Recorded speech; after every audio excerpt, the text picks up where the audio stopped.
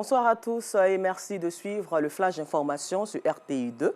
Comme tous les jeudis, pour notre rubrique du jour, le portrait, nous ferons un zoom cette fois-ci sur Pascaline Kofi, qui exerce dans le secteur de l'agroalimentaire. Elle a une petite unité artisanale où elle transforme toutes sortes de fruits locaux plutôt, tels que la mangue, la goyave, la banane douce, le baobab, le corosol en confiture et en sirop. Laurence Kakra nous dressera le portrait de cet entrepreneur acharné au travail et qui fait de l'autonomisation de la femme son cheval de bataille à 19h30. Au chapitre éducation, la commune de Cocody a récemment abrité la finale du concours national de l'English Speech Contest, une initiative de l'International Youth Fellowship AUF qui vise à promouvoir l'excellence en milieu scolaire. Cette initiative a servi de cadre aux élèves d'exprimer leur savoir-faire.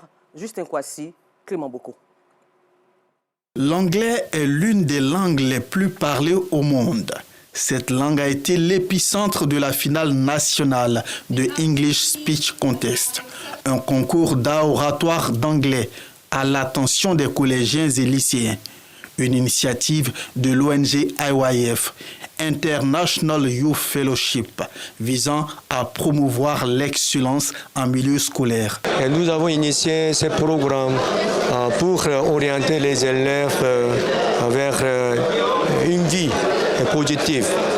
Et je crois que les élèves ils peuvent avoir envie d'étudier anglais. Cette activité a été le lieu pour les candidats d'étaler leur savoir-faire. À tour de rôle, ils se sont exprimés devant l'auditoire en abordant une thématique spécifique. Un test pratique pour déterminer la maîtrise de la langue de Shakespeare, mais aussi évaluer le talent des candidats dans l'art oratoire. Les lauréats expriment leur satisfaction. Je suis fière de moi, je suis très contente aussi parce que je ne me croyais pas capable d'avoir cette coupe. Je regarde beaucoup de séries, mes séries préférées, je les reprends en anglais pour pouvoir voir au moins l'accent, comment ils s'expriment.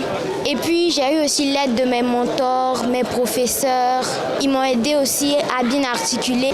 Je me suis inspirée des cours à l'école, mais aussi des vidéos sur YouTube que je regardais aussi pour voir comment prononcer les mots correctement. L'ONG IYF est une plateforme d'échange et d'apprentissage pour la jeunesse ivoirienne et mondiale en vue de leur inculquer une mentalité saine et productive.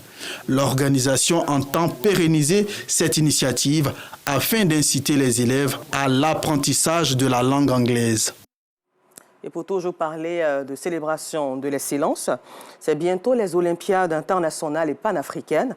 Et dans la commune de Cocody, la Société ivoirienne de mathématiques, avec à sa tête le professeur Saliou Touré, a initié des cours de formation en mathématiques qui a pour but d'intensifier les compétences des représentants ivoiriens à ces jeux et concours. Ceux-ci participeront du 11 au 22 juillet 2024 à Baf, à Londres aux Olympiades internationales de mathématiques, puis du 10 au 20 août 2024 à Cham en Afrique du Sud, aux Olympiades panafricaines de mathématiques.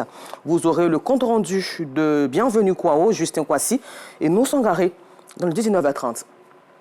À la page sport, le tirage au sort des éliminatoires de la CAN 2025 au Maroc a eu lieu ce jeudi 4 juillet à Johannesburg, en Afrique du Sud.